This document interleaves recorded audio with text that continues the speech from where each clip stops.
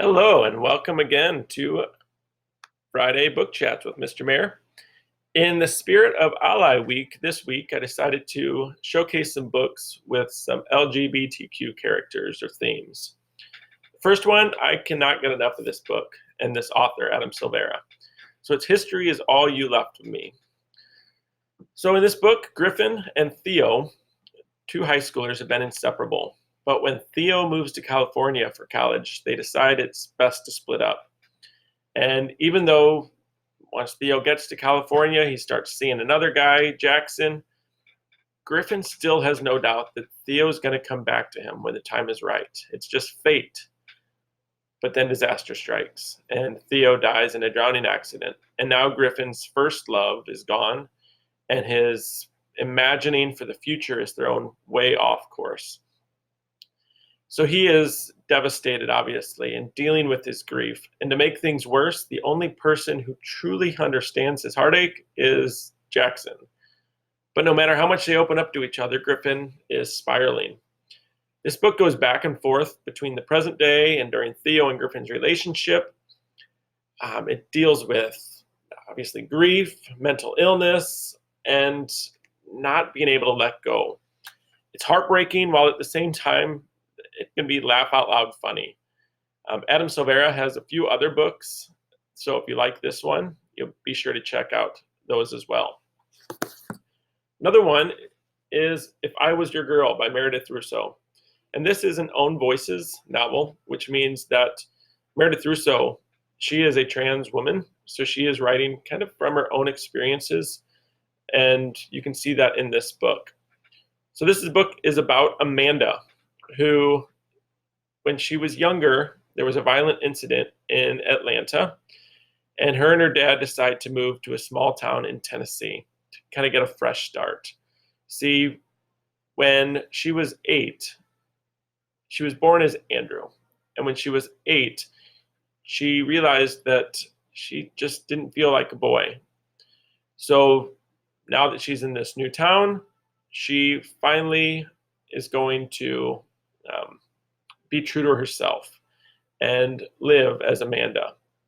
And like anyone else, she wants to make friends and fit in at this new school, but she's keeping that secret, and she's determined not to get too close to anyone. But then she meets Grant, and Amanda can't help but start to let Grant into her life. And as they spend more time together, she realizes just how much she is not being fair to herself and being fair to Grant. And she finds herself yearning to share with Grant everything about herself, including her past. But she's terrified that once she tells him the truth, he won't be able to see past it. So again, this is at times, again, heartbreaking, but honest, but also very, very meaningful. The next book is one of my very favorite books. You can tell I've read this a couple times, well loved.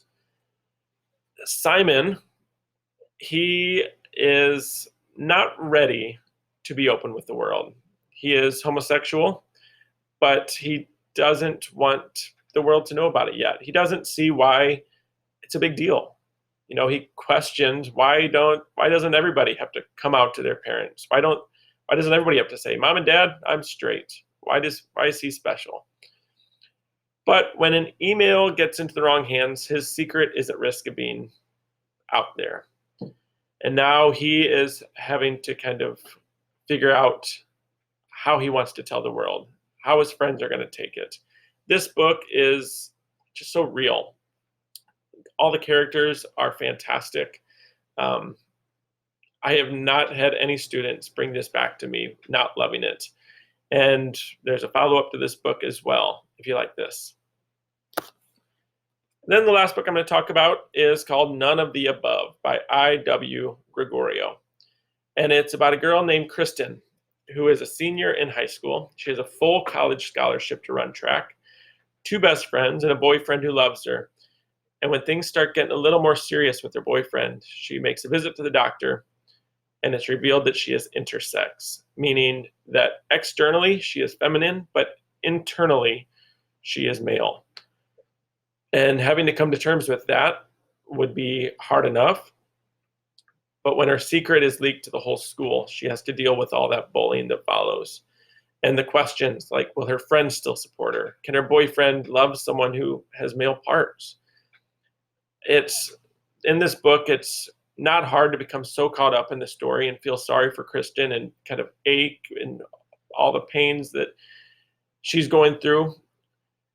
This author, I.W. Gregorio, she is actually a surgeon, and when she was practicing, she had an intersex patient that kind of inspired this. So this book has discussion about gender, identity, and what it truly means to be male or female, or maybe kind of in between. Another fantastic book. So all of these, highly recommend. And as always, happy reading.